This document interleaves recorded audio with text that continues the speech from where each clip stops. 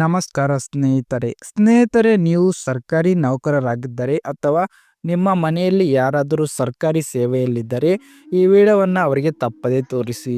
ಏಕೆಂದರೆ ಕರ್ನಾಟಕ ರಾಜ್ಯ ಸರ್ಕಾರ ಈಗ ಸರ್ಕಾರಿ ನೌಕರರಿಗೆ ಹೊಸ ನಿಯಮವನ್ನು ಜಾರಿಗೆ ತಂದಿದೆ. ಈ ನಿಯಮವನ್ನು ರಾಜ್ಯದ ಪ್ರತಿಯೊಬ್ಬ ಸರ್ಕಾರಿ ನೌಕರರು ಕಡ್ಡಾಯವಾಗಿ ಪಾಲಿಸಬೇಕಾಗಿದೆ.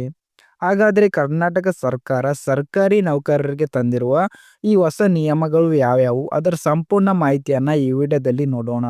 ಅದಕ್ಕೂ ಮುನ್ನ ನೀವೇನು ನಮ್ಮ ಚಾನಲ್ನ ಸಬ್ಸ್ಕ್ರೈಬ್ ಮಾಡಿಲ್ಲ ಅಂದರೆ ದಯವಿಟ್ಟು ಸಬ್ಸ್ಕ್ರೈಬ್ ಮಾಡಿಕೊಳ್ಳಿ.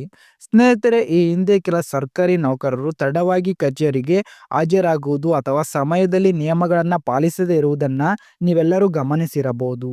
ಬಯೋಮೆಟ್ರಿಕ್ ಹಾಜರಿ ವ್ಯವಸ್ಥೆ ಜಾರಿಗೆ ಬಂದ ನಂತರ ಸಮಯಕ್ಕೆ ಕಚೇರಿಗೆ ಬರುವ ವ್ಯವಸ್ಥೆ ಸುಧಾರಿಸಿಕೊಂಡಿದೆ. ಆದರೆ ಕೆಲವು ಸರ್ಕಾರಿ ನೌಕರರು ಕಚೇರಿಗೆ ಸಮಯಕ್ಕೆ ಬಂದರೂ ತಮಗೆ ಇಷ್ಟ ಬಂದ ಸಮಯದಲ್ಲಿ ಕಚೇರಿಯಿಂದ ಹೊರಹೋಗುತ್ತಿರುವುದು ಸರ್ಕಾರದ ಗಮನಕ್ಕೆ ಬಂದಿದೆ. ಅದೇ ರೀತಿಯಲ್ಲಿ ಕೆಲವರು ಸರ್ಕಾರಿ ನೌಕರರು ಸಾರ್ವಜನಿಕ ಸೇವೆಯಲ್ಲಿದ್ದರೂ ನಿಗದಿತ ವೇಷಭೂಷಣ ಪಾಲಿಸದೆ ತಮಗೆ ಇಷ್ಟ ಬಂದ ಬಟ್ಟೆ ಧರಿಸಿ ಕಚೇರಿಗೆ ಹಾಜರಾಗುತ್ತಿರುವುದನ್ನು ಕೂಡ ಗಮನಕ್ಕೆ ಬಂದಿದೆ.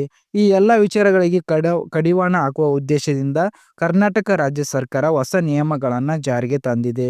ಹೊಸ ನಿಯಮದ ಪ್ರಕಾರ ಸರ್ಕಾರಿ ನೌಕರರು ಕಚೇರಿಗೆ ಹಾಜರಾದ ನಂತರ ತಮ್ಮ ದಿನದ ಎಲ್ಲ ಕೆಲಸವನ್ನು ಪೂರ್ಣಗೊಳಿಸಿ ನಿಗದಿತ ಸಮಯದ ನಂತರ ಮಾತ್ರ ಕಚೇರಿಯಿಂದ ಹೊರಹೋಗಬೇಕು.